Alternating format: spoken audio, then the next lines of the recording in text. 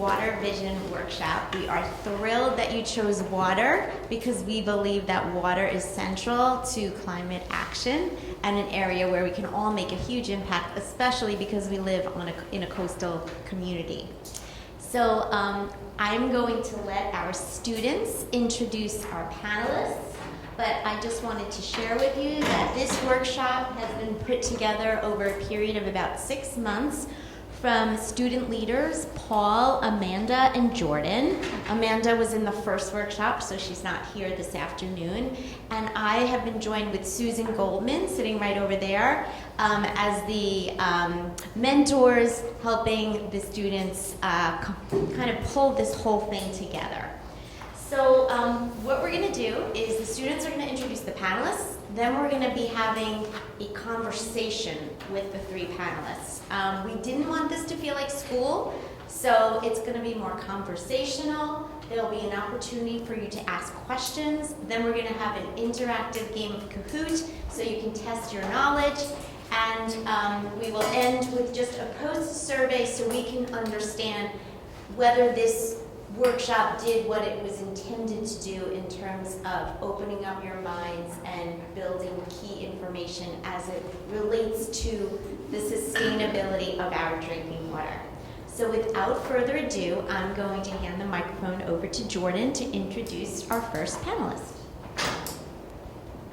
Hi, we selected Dr. Malin because she is an expert in groundwater sustainability. Dr. Malin is on the New York State DEC Steering Committee for the Long Island Groundwater Sustainability Study. She also worked in the New York State government as the co-executive director of the New York State Legislative Commission on Water Resource Needs of Long Island. As if that wasn't enough, she was also the watershed director of the Suffolk County Water Authority and the program coordinator for the Nassau County Planning Federation. Michelle. No, we're going to do all 3, so you can okay. Sorry. We selected Brian Schneider to be one of our panelists because he is on the pulse of groundwater science and data. He worked on the East Meadow Artificial Recharge Project, where over 800 million gallons of treated wastewater was returned back to the groundwater reservoir through a state-of-the-art recharge facility. He worked for 34 years with the Nassau County Department of Public Works on many different projects like water resources, drainage, sanitary sewers, buildings, and park renovations. He also managed the 2004 and 2006 Environmental Bond Acts, where he oversaw the $175 million budget for open space purchases, park improvement projects, and stormwater quality improvement through the county. We picked Mr. Yanacon because he works on groundwater solutions tied to landscaping and green infrastructure. He is an associate principal at MNLA who has been instrumental in the firm's success since 2008. 3 notable things about him are his will to include ecological and sustainable practices into his designs, creating spaces that connect people to nature, his successful leadership in projects such as plazas, parks, streetscape, and historical and cultural areas, and finally, his intuitive planning and design of famous parks such as West Point, Foundry Preserve, Newport Park and Pier, and Little Island. Thank you, Paul, and thank you, Jordan. I'd now like to invite Dr. Malin to come up, and you can sit down, Paul, for this section, and then I'm going to have Jordan and Dr. Malin kind of pass the microphone back and forth as you do your Q&A.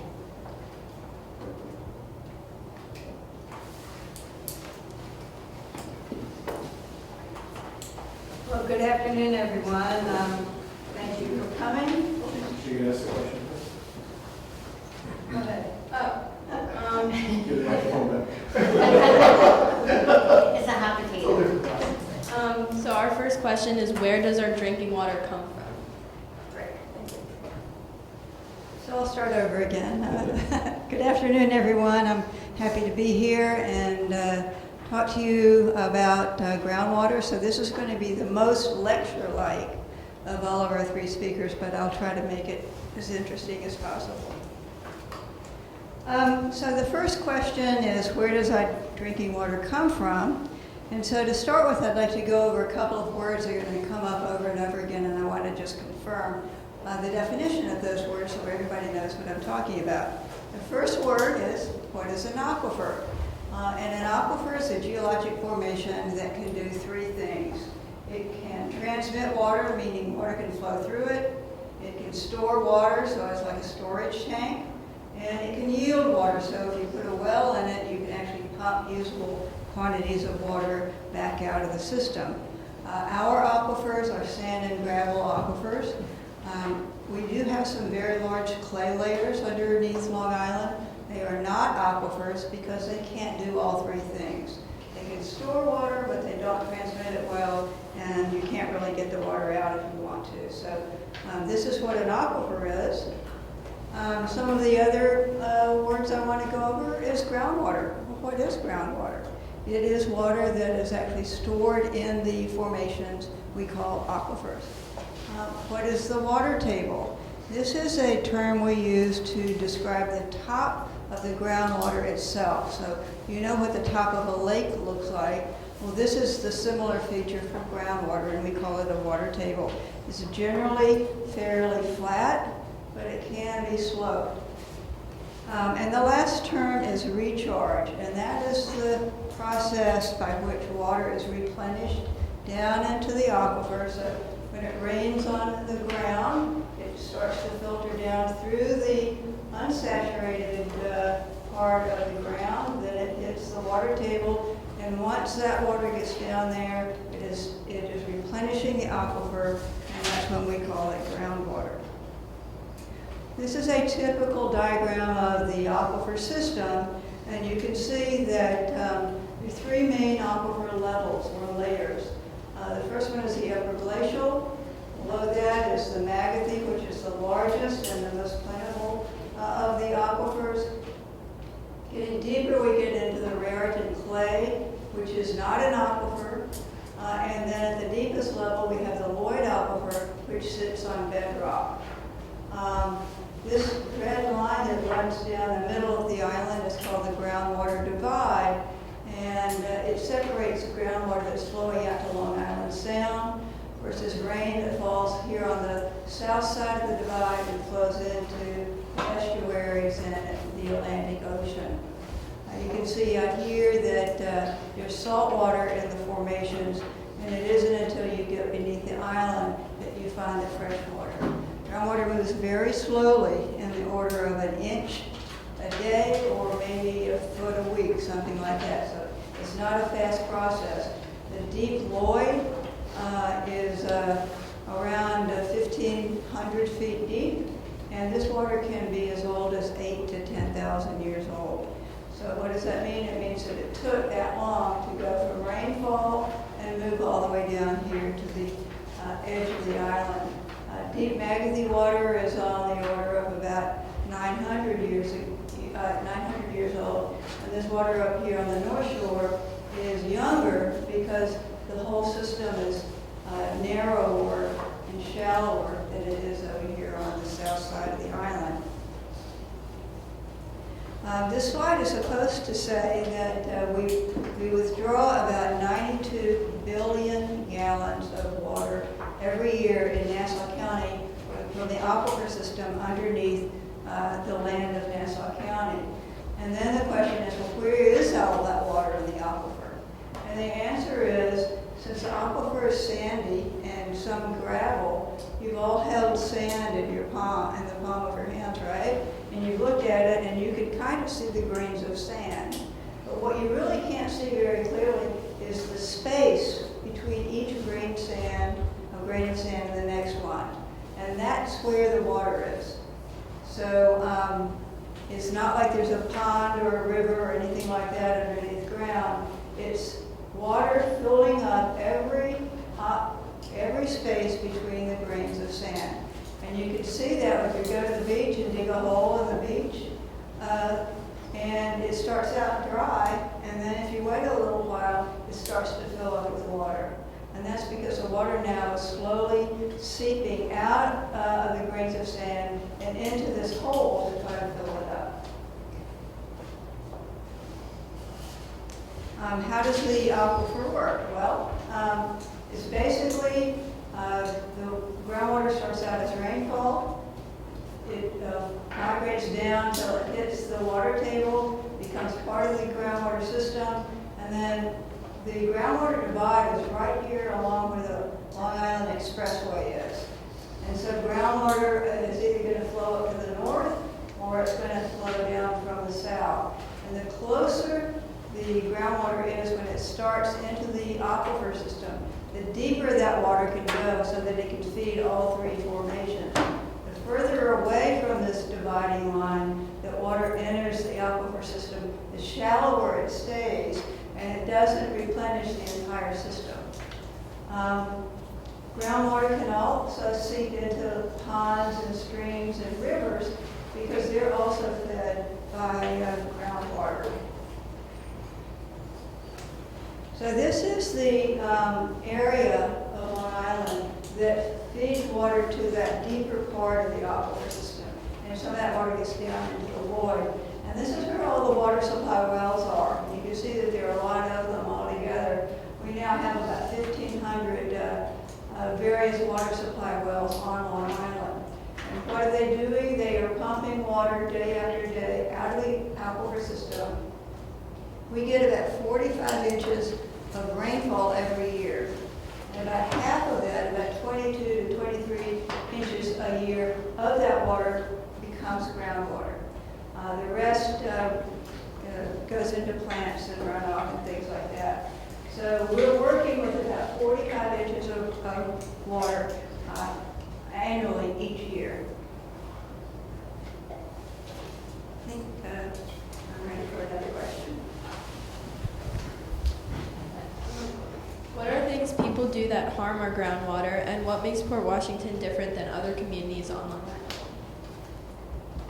Great, thank you. Okay, so that's a great question. What are we doing to harm our groundwater? So first of all, it's good to know that we are very extravagant with the way we use water here on Long Island. If you go all the way down to North Carolina and then up the Atlantic seaboard until you get to the end of Long Island, all those people living in that area, when you compare their water use to ours, we're using the most. And so on average, the people of Long Island use about 140 gallons of water per day. The national average is either 100 gallons per day or less. And this describes what is actually happening here on the island. So this is a graph looking from January to December, and this is the amount of water being used in a million gallons a day. And you'll see that there's 3 different years that are portrayed here month by month how much water is being used. And so you can see in the early winter, January, February, March, all of the different years are using about the same amount of water. And the same here over at the tail end of the year, November, December. But what's going on in the summer is very different. And you can see there are different degrees to which the amount of water being used increases over winter. And some of the water during the hot, dry year can increase over 300 or 400% above the amount of water we're using during the winter. And why does that matter? Well, this graph tells the whole story. So this graph is looking at 3 things: precipitation, evapotranspiration, and recharge. The blue line is rainfall, and you can see that it's fairly consistent between about 3 inches a month to a little over 4 inches a month. So it's very steady. Secondly, we've got recharge. Remember, that's how the water gets back into the aquifer. And this is recharge. So it starts out reasonably steady up here in the winter. And then as we get into the early spring and down into the summer, look at what happens to recharge. This is 0 right here.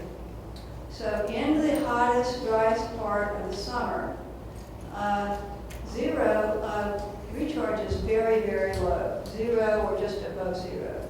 And then as we get into late fall and winter, look at this. The recharge goes all the way back up to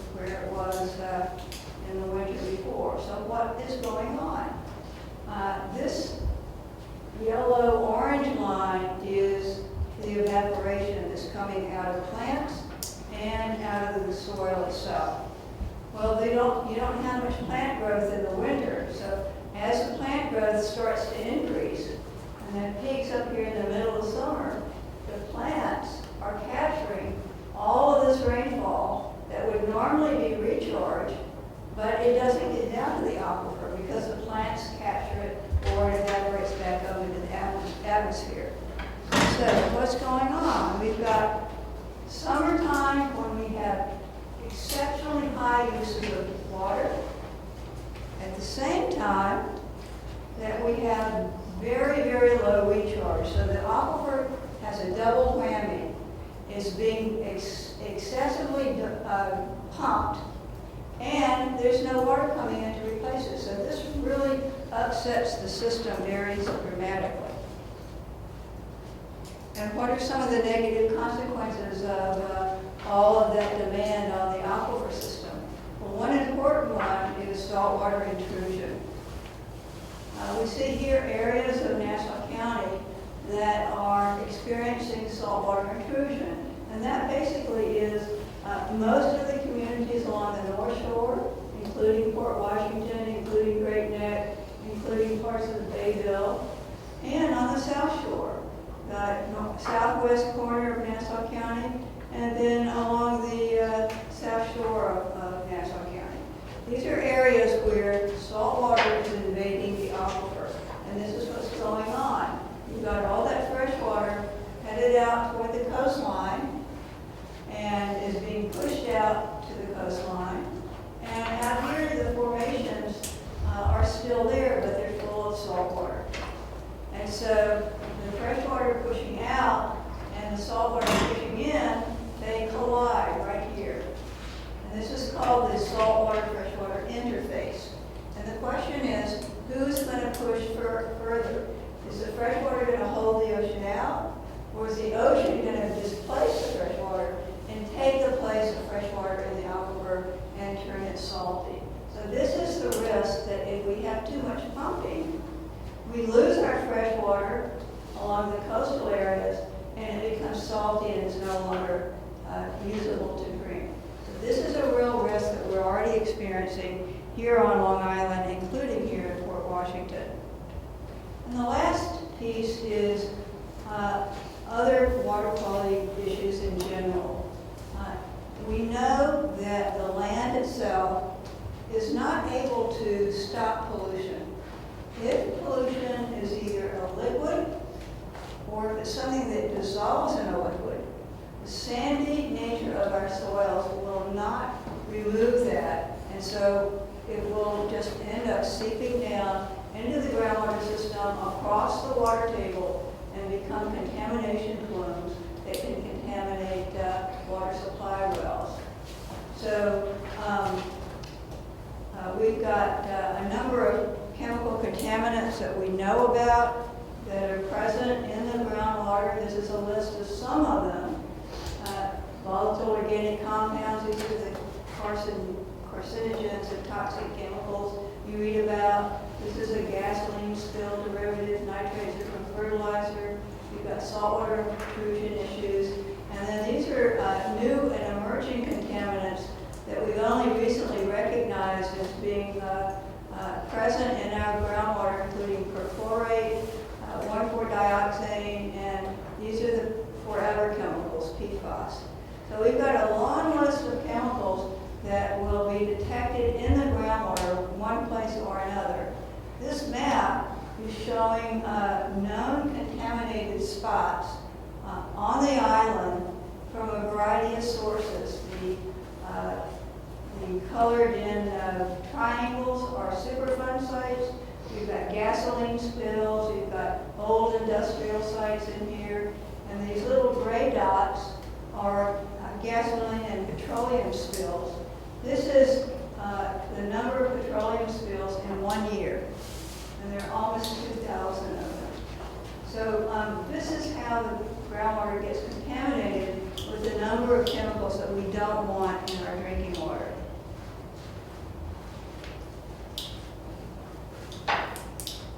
What can we do to help our ground? So that's that's a great question. What can we do to keep our groundwater as clean as possible? And first and foremost, we have to promote and practice water conservation. Without conservation, dealing with all of these quality and quantity problems is going to make water itself more expensive. And in addition, we're going to be depleting the amount of water that is available to us for human use. So conservation is key. Some of the unacceptable consequences that we have to deal with when we use too much of the resource is saltwater intrusion, the further spread of contamination sites, and plumes in the groundwater. This also impacts coastal water quality. When we deplete the aquifer, we see a loss of water in streams and ponds, and the water table itself can actually drop or decline. So there are a lot of tools that we have available to us to try to make things better and do the best we can to protect the groundwater from quality and quantity impacts. And this is just a short list of things we can do in addition to conserving water. We can change our zoning laws as to what gets built and where. We can change our development policies and building codes to make them more sustainable in how water is used. We can change the master plan that a community uses to guide future growth and make it so that sustainability is a key practice. When we remediate all of those contaminants that I showed you about, this uses a lot of water. Public education is key. It's really critical for people to appreciate what's happening. Part of why we have that extravagant summer water use is for irrigation. And we don't really need to be watering our lawn the way we do. And then finally, doing things like emergency planning for water situations like a hurricane that destroys the water supply or maybe a drought situation. So that's all I have to say. Thank you very much, Dr. Nealon. All right, let's take one question, and then the rest of the questions we're going to save for the Q&A. But I'm going to have to give you the microphone so we can hear you. You talked about the recharge and how it, when it recharges like further towards the coast, it goes more, it's shallower. Is that because there's less clay in the middle, so it's easier to percolate and it goes deeper in the middle of the island? Okay, so did everybody understand the question, which was when we looked at how water flows through the aquifer system, water that starts out already close to the coastline does not filter deeply into the aquifer system? That's just a matter of the total amount of water that's coming in at that site has kind of a pressure that goes along with it. And where you have a less pressure in the system along the coastline, it can't push the water as deeply into the lower parts of the aquifer system. So it's a matter of really pressure within the system that is driving that water through the sand and the clay and everything, and there's not enough pressure to get it deep into the system. Thank you. Thank you for the question. So next, our next panelist, Brian Schneider, I'm going to ask you to take a seat next to Jordan. Brian works for the United States Geological Survey, and they're an independent part of government that provides the science and the data for communities to manage their groundwater supply. And recently, since about 2016, Brian's department has been working on a sustainability study to measure and to help predict future trends that Sarah was just talking about. So thank you, Brian, for being with us, and Jordan, take it away. So our first question is, can you tell us about your study? Why did it take so long, and how is it going? Sure, great.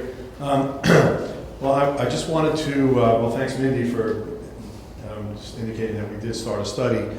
Let me rewind just a little bit to early 1900s. The U.S. Geological Survey, which is a part of the United States Department of Interior, has been studying groundwater and the entire aquifer system on Long Island from Brooklyn all the way to Montauk Point for, again, over 100 years.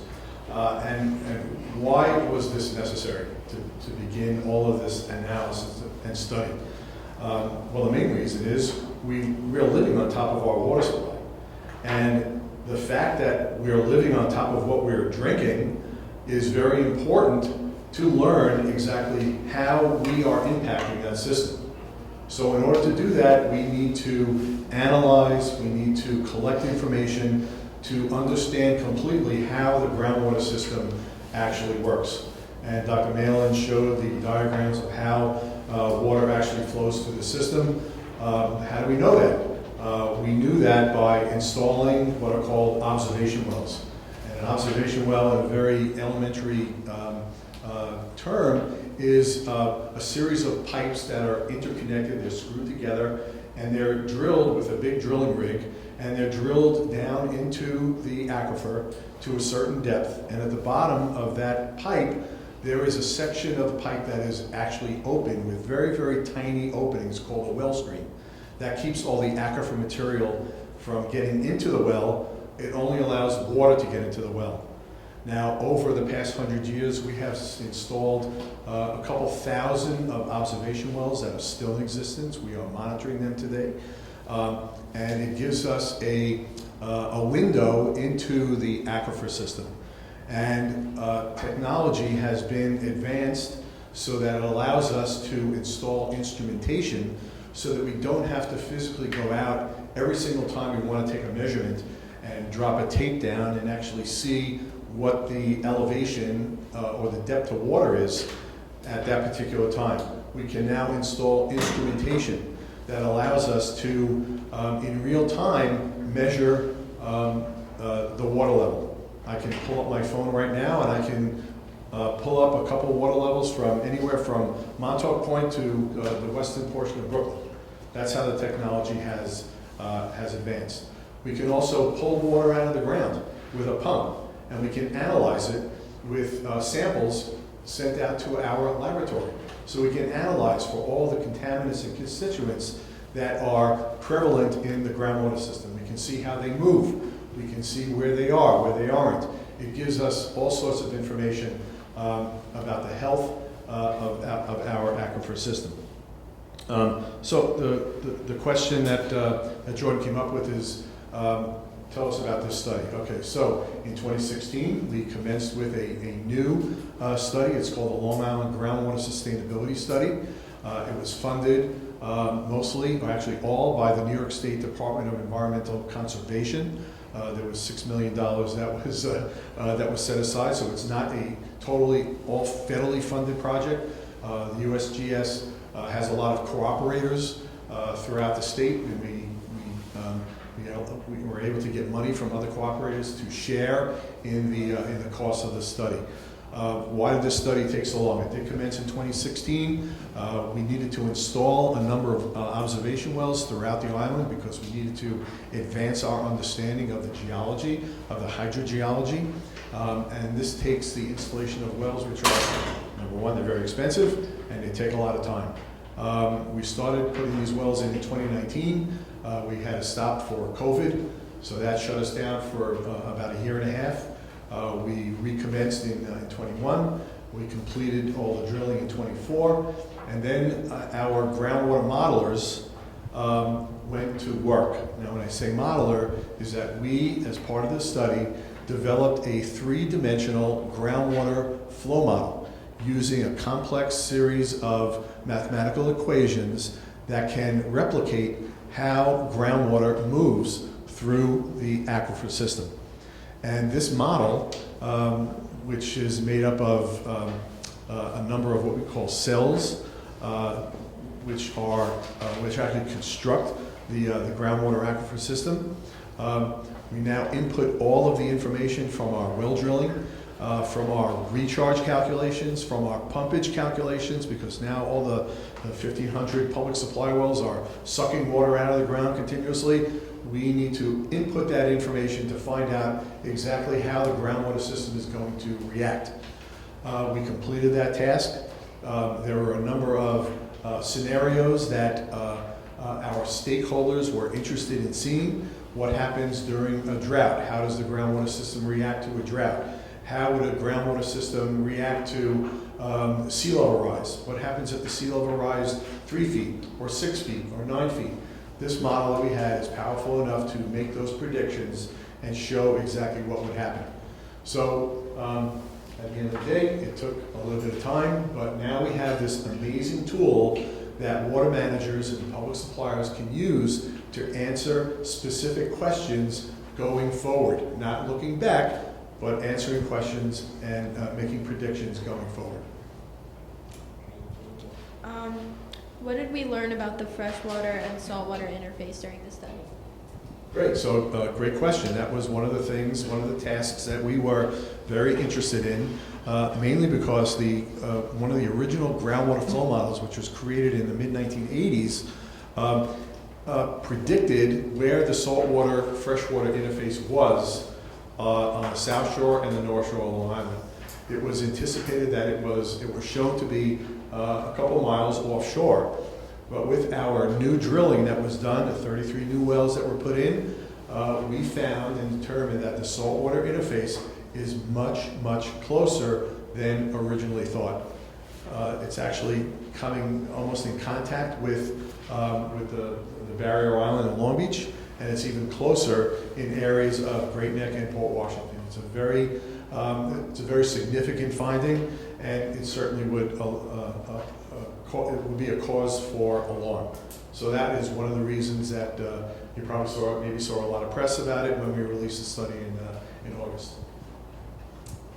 In your opinion, what was the most interesting thing you learned during the study?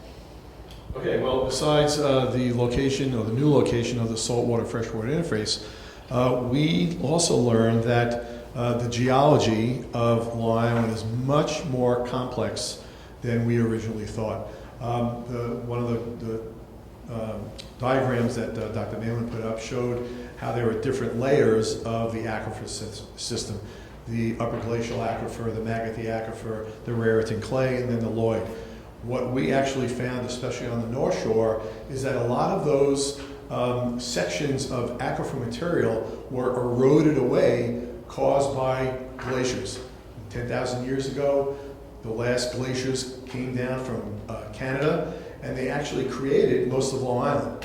And what happened was it gouged a lot of that material away. It gouged the Magothy aquifer away, the Lloyd aquifer away, and replaced it with glacial material, which is different in composition. It's different in its hydraulic capabilities, and it provided a much more complex series of issues for us to predict on how groundwater would move.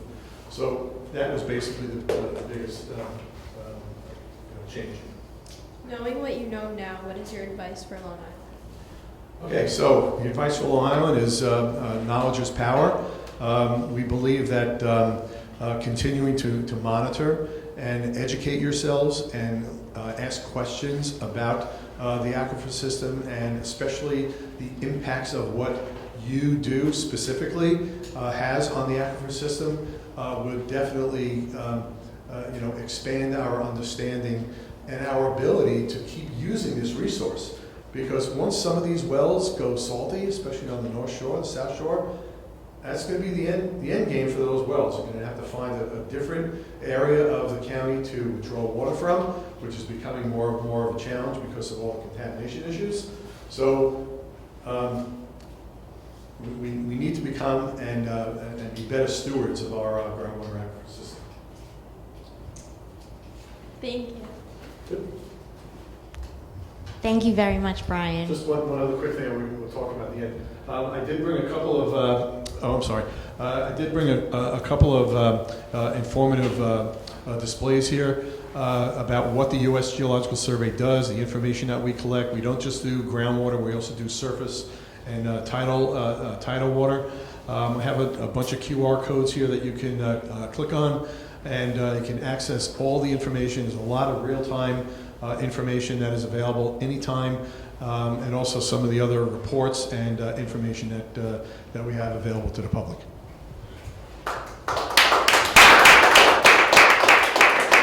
Thank you, Brian. So many of you don't know this, but I happen to be a water commissioner in Port Washington. So I take the science and the data that Brian's talking about it and try and use it to help shape strategies on our peninsula. And one of the things that Brian said was, well, maybe this well is in jeopardy of becoming salty, so maybe we got to move our well to another location. Maybe we've got to sink a well somewhere else. Well, in Port Washington, that's not an option. There is no other place to sink a well. So the only answer for us is conservation, and that is why we invited our next speaker, Dan, who is a landscape architect that specializes in solutions that require less water, because as Dr. Malin showed us, the majority of our water is used in the summer and it's used in irrigation. So what is another way we can look at this? So I'm going to ask Paul to come up here to interview Dan. And I'm just going to pull up your slides.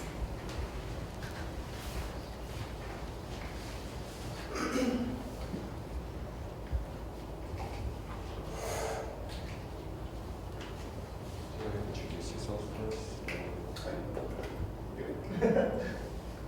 No, you just give it to Dan. Okay.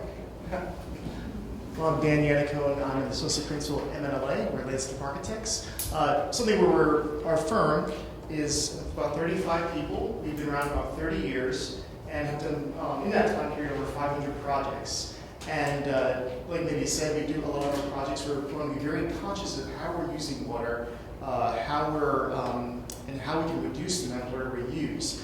And so something where we work a lot with public works, so we want to advocate for those public spaces and communities to be connected with the ecology and vice versa, since we have to coexist with that. So we want to make sure that we do our best to work with those needs.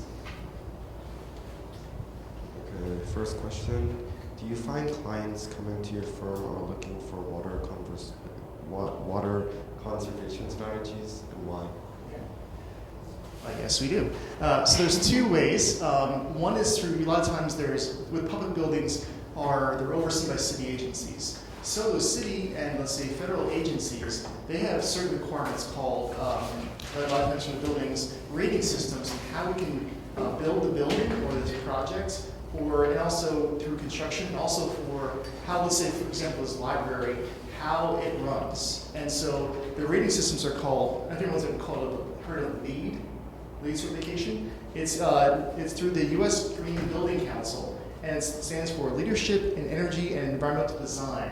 And another type of thing, which focuses on the landscape and grounds, is SITES, which is Sustainable Sites Initiative, which is run through a different program called the Green Building Council. And so what they do is those agencies will require you to say, we need to meet, let's say, silver through platinum LEED requirements. So silver is like the lowest rating, and some projects it's all you can achieve. That's just how it is. But let's say platinum ones is where you've achieved a lot of those, let's say, environmental required things that really help the environment and reduce the amount of, let's say, waste and water that you use on the projects during construction, as well as when the project is completed. So, for example, at Staten Island Courthouse, which and anyone's going to Staten Island with the ferry going over from, let's say, Lower Manhattan, this is where they land. And so up the hill is Staten Island Courthouse, and it's a very steep area, where going from, let's say, this top corner down to this point is about 20 feet difference in height. So it's a pretty steep location. And what we did was, and this building required LEED Silver, I think, to certification. So one of the ways we can achieve that is by reducing the amount of water we use, reusing the water that is for other purposes, and so we look to see how we do that on the project in the landscape. So over in this corner is the Memorial Green. So what we did was we captured all the water we could from rainfall and stored it in irrigation tanks or water retention tanks underground. And so what we do is when we need to water these areas, we use the water from those tanks instead of using it, pulling it either from from a well or from, let's say, city water. So we reduce the amount of water we're using from those systems and reduce the amount of infrastructure that would, I guess, put stress on it. So with those tanks, sometimes they can fill up. So from there, they would go into a detention system, again, underground, a retention system. I forget which one it is, detention. But the goal would be that that water is slowly released into the stormwater system, which goes ultimately into the Hudson River, or it goes back into the ground. So that's really the goal with that. So here's the picture. This is shown below, but you can see how there's steps leading up. And so above there was that green space. And all that water comes down the hill, goes under into pipes, into those tanks below. And like I mentioned, those things hold 50,000 gallons of water. So that should be, our irrigation designer calculated, that should be enough through those warmer seasons to irrigate and water the landscape. Another example, and this is something where we really appreciate, is we work with private clients as well, where they have a mission to be sustainable and environmentally conscious. So the David Rockefeller Foundation, they have a performing arts center, a creative arts center, where they hired us to look at, they were putting an addition on, but they wanted to go down to net zero energy use. So something where they wanted to be kind of off the grid, and also reduce the amount of water they use and keep all their water on the property. So what we did was we created a bioretention basin called the rain garden, where the water from, let's say, the parking lot, the water that falls in the building, all gets put into this area, and so and then it goes back into the ground as opposed to going into the public sewer system. And so something where what's the great thing about that is that water that's used there also helps to create, establish and water this meadow that's created just south of the building. And in that meadow, what we did was to reduce the amount of, let's say, disturbance on the ground. So a lot of times you disturb the ground, you can have a rainfall, it has dirt washes away and puts sediment into the system, which pollutes the system. And so part of the net zero energy, they needed solar panels to power the building. So instead of putting them separately from the meadow, we decided to put them within the meadow to limit the amount of disturbance in the property. So that's what these gray bars are. And we kept them separated enough to allow the sunlight to go through to make sure the plants get enough sunlight. And so here's a rendering of that. And so what we did with two, because it's a meadow and a lot of times like beautiful grasses and flowers and things like that are drought tolerant, we wanted to make sure that people can experience that, so you can walk through like a garden. So here's some of the images of showing those panels within that meadow.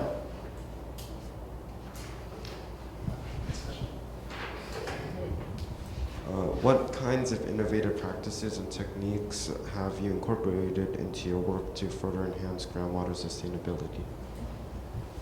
One example of that is in Weehawken, New Jersey, which is on the cross river from the Hudson River, or cross the river on the Hudson in New Jersey, and the red dot shows where that's located. At that, and along the waterfront, which used to be an industrial waterfront, they've long ago, those industries have moved away, so they decided to build housing there. And one of the things that is important is that the town felt before they could build there was they wanted to make sure that they had views to the river. So from this property, which is shown, is the new development, this band of gray is actually a cliff. It goes about 100-something feet up, and the rest of town is above there. They want to make sure that when they are standing up at the main part of the town and looking down towards the river, they're not looking at roofs that are kind of just full of very plain, full of air conditioning units and other equipment to power the building. And so as the township landscape architects, we wrote into the requirements when they build these buildings that they need to put on vegetation on the roofs, at least 50% on the roof to make it look better. And what the great thing about that too is that the rainfall that hits there gets collected in those areas. So it's something, again, reducing the amount of stress it puts on the stormwater system before it goes into the Hudson. And another project that we have is Roberto Clemente State Park over by the Harlem River, where we renovated the park, and part of the park we decided to is pull back on the park and create a tidal basin for the water that hits the park and the pavement goes towards the river, goes into that basin and infiltrates. And also during higher tides, the water can come in and from the river and come through and help maybe pull up some solid materials that are within the water and help filter those areas through. And so what we did with that is something where it helps, again, helps take out those, not necessarily the pollutants, but also a lot of the contaminants that are solids, and helps filter those areas. And it also is aesthetically and kind of experienced as part of the park. So you can see here boardwalks through into those areas that you can go up towards the water, walk through those locations, and be immersed within the landscape. This is what we call a section, which I know Brian and Sarah have shown earlier. Whereas if you were to say, like, let's cut through this spot and pull this back and look at the side of it. And so this shows you how, in the blue arrows, the water coming from the park, leading into the tidal basin, and even the water coming through and being able to go back down into the ground.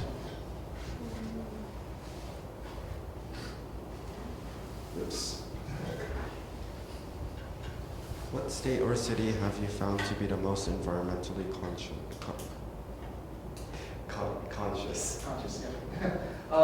In Pennsylvania, we found them to be pretty aware of, let's say, their water use. And so the Pennsylvania Water Department has created, I guess, a program called Soak It Up. It was a competition, and they chose different locations to see how we could, how designers could figure out how to help, have water go back into the ground quickly instead of going through a storm system. And so one of the projects we did was work with the University of Pennsylvania, where they had an existing parking lot, and they wanted to turn it into a park. And so the University of Pennsylvania still falls under those requirements for water management. And what we did was, for this, you can see 90% impervious. And so you know what that means. Impervious means that the water can't go back into the ground. That's because of all the asphalt that's on that parking lot. So when we created the park, obviously we created areas with landscape and planting where whatever water falls on there will go back into the ground. But all the pavement we have here has pavers that have gaps between them. So the water that falls in there, as it travels, it goes between those cracks and goes back into the ground. So we went from 90% impervious to 90% pervious. So that's 90% of the air of that ground, water can go through and percolate back into it. Another one is Little Island. I'm just saying New York State. And it's a combination of things where it's how they're conscious. It's not only the city, but also the state and also the federal government.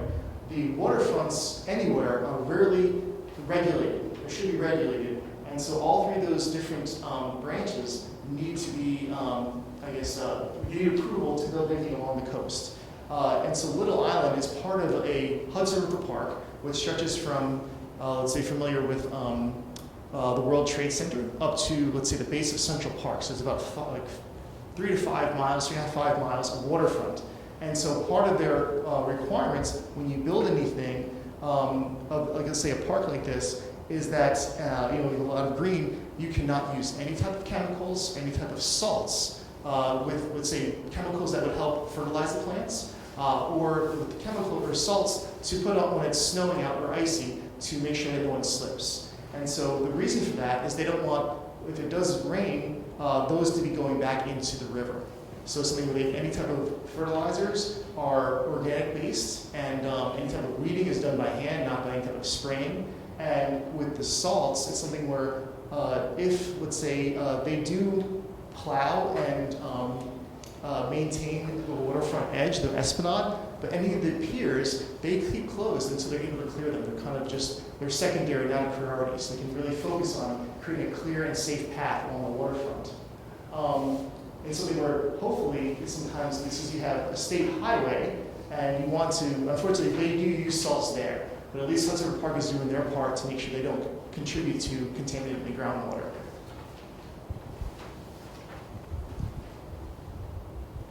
Okay, final question. What was your favorite project as it relates to groundwater sustainability solutions, and why? This one's a pretty big one. This is the South Bronx Greenway. Our office had this project for about 12 or 15 years, and what this is a network of circulation routes for this community. It's not only residential, but it's something. It's a major hub for produce and fish. If anyone familiar with the Fulton Fish Market, recall it at all? I don't think you recall that, but you're a little young for that. But it used to be the major fish market in Manhattan, and it moved to this location. Also here is, you can see the name called Food Center Drive. It's because it's one of the largest ports in the world for produce, and it supplies almost the entire East Coast. The produce flows through this location. So it's a major distribution hub next to residential neighborhoods. And so one of the things there, they didn't have a good network to be able to go, let's say, access the waterfront, or to go to Randall's Island, which is in the larger part of Green, and be able to have a place to go, go play baseball, go play soccer. They would have to go back into Manhattan and then come take another form of transportation to get to Randall's Island. And so what we did was we found an old rail line, which shown in purple, that we worked with the railroad, which was incredibly hard to do, to provide access to this entire area to get to that island. And so those routes, what we do is they were pretty large roads, so pretty wide roads. So we said, hey, is there any way we can reduce the width of these roads to provide not only bike lanes and safe routes for people to ride around, but also to create landscape areas where we can create what's called bioswales. So water that hits that pavement goes into these landscape areas and goes back into the ground. So you can imagine miles of these streets having an opportunity where it didn't before for water to percolate back into the ground. And so from there also, access to the waterfront, we have different parks we were able to establish. And one that we talked about in particular was Hunts Point Landing. Hunts Point Landing used to be the end of the street, and they dedicated it towards a park area.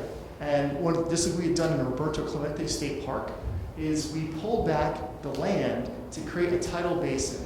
And so it's something where and the water comes in, goes into that basin, and the plants and other things, it gives opportunity to again filter out some of the solids and things like that. Gives an area where, let's say, where freshwater, or not freshwater, but animals and things that can habitat, and also recreation space as well.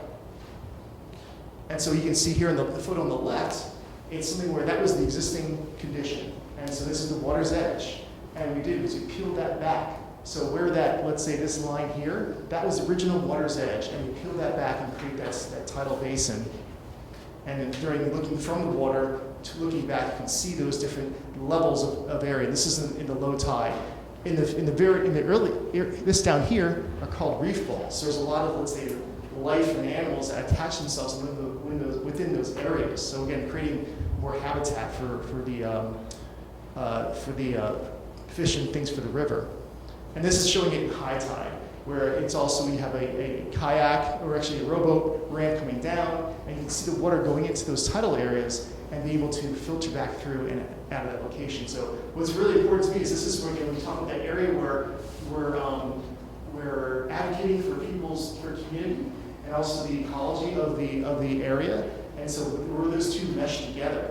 And this is what it seems like. You can see the width of this. It's probably 60 feet wide or so. And it's really, there's hundreds of miles of coast. And so there's a small portion that are able to do this. But if we all work together, especially like a place like Port Washington, work as a community and find these little opportunities, and those start to really add up. It's just like your lawn, the coast that you have here, and trying to do your best to advocate for these things, implement these ideas and these strategies, and hopefully it really helps out with the water quality. Thank you so much. Okay, Paul, you can have a seat, and I'm going to invite our other two presenters to come up. You can all have a seat over here. Okay. We're going to double task. So we're going to take any questions that you have, but at the same time, I am going to ask you all to use your QR code and take this short post survey so we can measure the impact of this workshop. Okay? So I'll give you a second to access that survey, and actually I'm going to give you a minute to just answer those survey questions, and then we'll do our Q&A.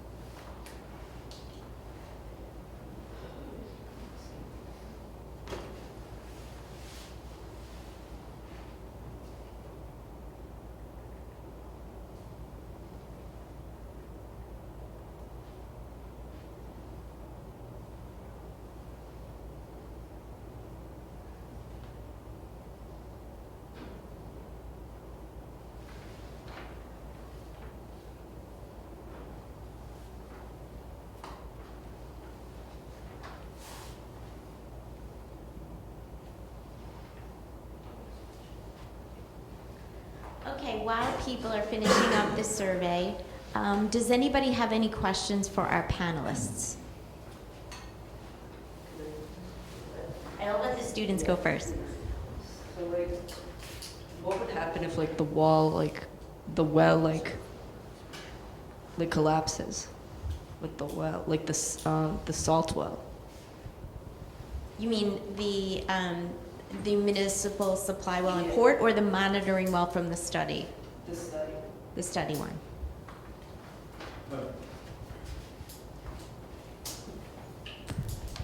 Well, the observation wells that we install are made of very thick PVC plastic. We've had absolutely zero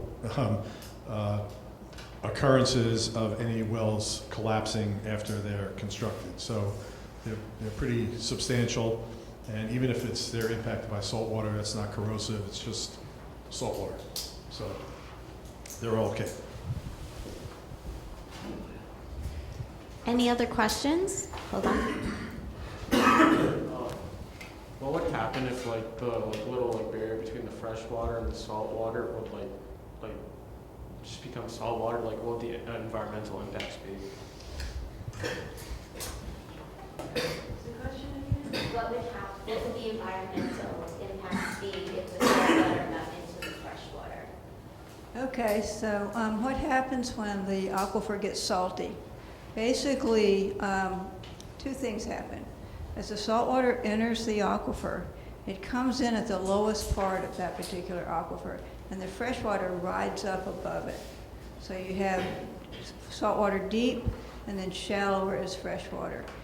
If you put a well in that area, the chances are that well will draw a lot of salt water to the point where that water is no longer drinkable. So we've lost that portion of the aquifer for future use. So it affects the ability of us to use the aquifer system in areas where saltwater intrusion has already occurred. I mean, the easiest way to really picture it is that the more we pump in the summer when everyone's got those green lawns and those gardens, and the more we pump water to feed those gardens and lawns, the more we're drawing the salt water in. So if we can decrease the amount of water we're pumping through strategies like Paul showed us, or even on our own lawns, incorporating less lawns, more drought-resistant plants, things like that, we can dial it back, and that's the goal.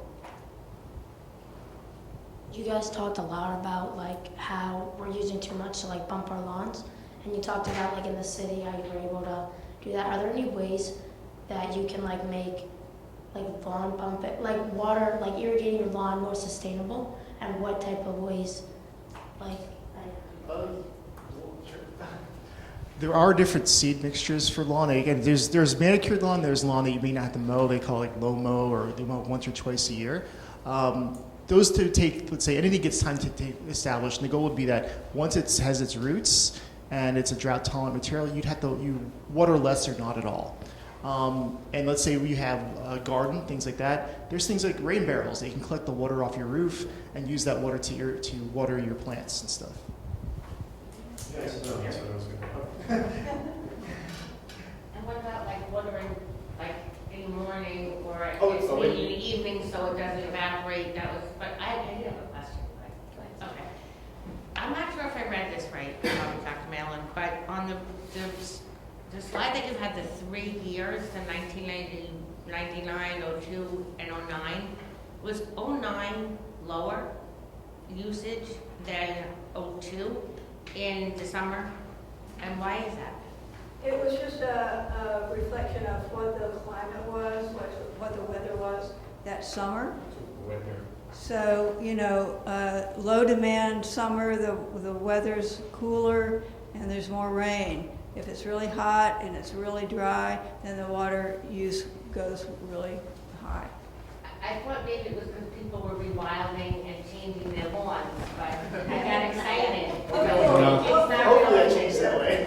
No, not in 2009. Just to go back to the previous question about irrigation and what you can do besides rain barrels, there's new technology out that can be attached to your current irrigation system. They're called smart sprinklers. These smart sprinklers are smart. They're basically tapped into the internet. You can control how much water or when your system goes on, through your phone. It also taps into the atmospheric conditions. It will prevent your system from going on when it's raining. How many times have you drove down the street and you see it's a pouring rain and you see your guy next door is, I mean, it happens all the time. I was watching the Weather Channel over the summer. There was one hurricane in Louisiana, and there was a reporter standing there, bracing himself, and right behind him, there was a sprinkler system on. It was amazing. So those things happen, but the technology now exists to make your irrigation systems smarter. And that's a good way to reduce the amount of water that we pump.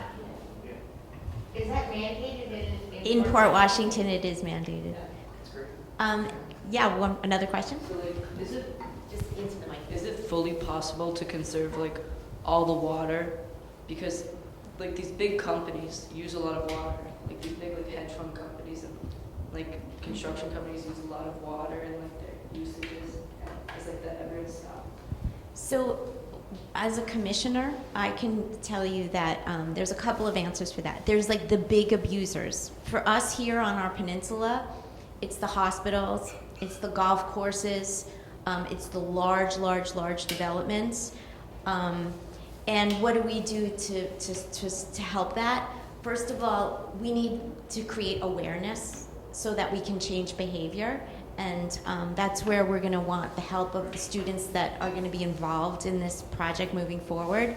We also do something called conservation rates. So the more water you use, the higher your rates. So we reward people who use less water and we charge them less per gallon. So that's one of the ways that we're tackling the abusers. The other thing that we do is if somebody is going to develop here in Port Washington, they have to get what's called a letter of water availability from the water district. And we look at certain requirements that they're doing by way of conservation and sustainability before we issue that permit. For example, we say that only 40% of your property can be irrigated. So there's no longer that situation where everything's going. We've gotten proposals to put sprinkler systems in parking lots and all the different patches in between the cars and around the cars, and the answer is no. So there's different tools and strategies in our tool chest, but you're right. It's important to address the heavy users. And the town of North Hempstead just incorporated some new strategies to irrigate their golf courses, where they're collecting water and then they're using it to water the golf courses as opposed to irrigation. So we are making some progress, but we definitely need more help. Will saltwater ever intrude all of Long Island's aquifers, and how long will that take? Yeah. No, as long as it keeps raining, all of Long Island will be okay. There will be vulnerable areas, just like Port Washington and Great Neck and Manhasset, Bayville. There are areas in Riverhead and all along the South Shore by Long Beach. Those areas will always be vulnerable to saltwater intrusion. But the remainder of the island, probably about 95% of it, again, as long as it keeps raining, there'll be enough fresh water that's moving through the system, and pressure-wise, it will be holding that saltwater front out. One other point to remember is that the saltwater intrusion that the coastal communities are experiencing is not caused solely by those communities. It's the contribution from all of the rest of the island that is pumping heavily their area of the island. That affects the saltwater intrusion along the coastline. So whether the coastal communities are pumping or not, there could still be saltwater intrusion from the collective demand by everybody else. One more thing. And that's something that our groundwater sustainability study, the 3D model, can show. What is the impact of pumping in the middle of the island to the coastal communities? So those are the model runs that we are anticipating that we're going to run, and hopefully we'll have those answers going forward. So you all are very fortunate to live in a community with elected officials that truly are working and care about this issue. And I just want to point out that the supervisor for the town of North Hempstead has joined this conversation. Please welcome. I just wanted to ask you, did you want to say anything to our students? You have to talk into this microphone even though... Oh, okay, even though we're right. Yeah. Okay, yeah, I would just want to say thank you to our experts who are here, but thank you for learning at a young age that every little bit helps. Every individual can make a difference. So whether it's what I just saw downstairs, which is recycling your clothing and doing cool things with it, what you do now, you're young, and so you will have an impact on other people and yourselves for your whole lives. So thank you for being here and for brainstorming, because you really do have good ideas. We need your new ideas. Thank you. Thank you, Supervisor. And we also have former Assemblywoman Michelle Schimmel here, and she's going to do our final question. Thank you for indulging me. Actually, the question is for Dan. Your projects blow me away, and I want to have coffee with you one day. Seriously. Because you talk about, and the question is, and I don't know about New York City law, but in site plans for New York City, is this regulated? Like, I know Leeds isn't per se, but and I don't know city law, and I forgot state law. I'm not happy. I'm sure it's not great anyway. It's not there anyway. But is it the water conservation? Is that voluntary, or is that a directive, or is there codified legislation that requires conservation? I think it's. I don't know specifically. I don't know specifically, but I know for LEED, it's a way to get, let's say, one of the rating systems acquired. So water conservation, it's many times hard to get because everyone wants to get there, especially on built structure areas. Because like for the little island, that would be able to, the conservation point, the concrete heats up quite a bit, so it does need to be irrigated and watered. What we try and focus there is to reduce the amount of, let's say, chemicals, like I said, so whatever we use goes in there. But other projects I had... But you said it's rated. Right, so it's something where it's a number, so like we can achieve like a certain number that can contribute to that. But we do have other projects where, and the way the different systems are, it's like you can reuse the water, or you can reduce the amount of water. So you could say 50% of your plants need water, or 0% past establishment need to be irrigated. So that requires certain types of plants that are drought tolerant. And the landscape, like the Picantico, the Rockefeller Center, that's a place that doesn't have any irrigation. That was all established, and now it's turned off, and it's achieved LEED Platinum, and that's one of the reasons why, contributions for those numbers. Okay, we could go on and on because this is fascinating. You're going to stay here if you would like water to be your climate action project, or you have the option to go back to your first workshop. Whatever you decide you want to work on as your climate action project is the room that you should be in right now. So we have some, we hope that you'll stay and work on water, but that's your choice. I'm going to give you guys just a couple of minutes to make that decision, and I'm going to open up the doors for the people that want to come and join the water workshop. The end.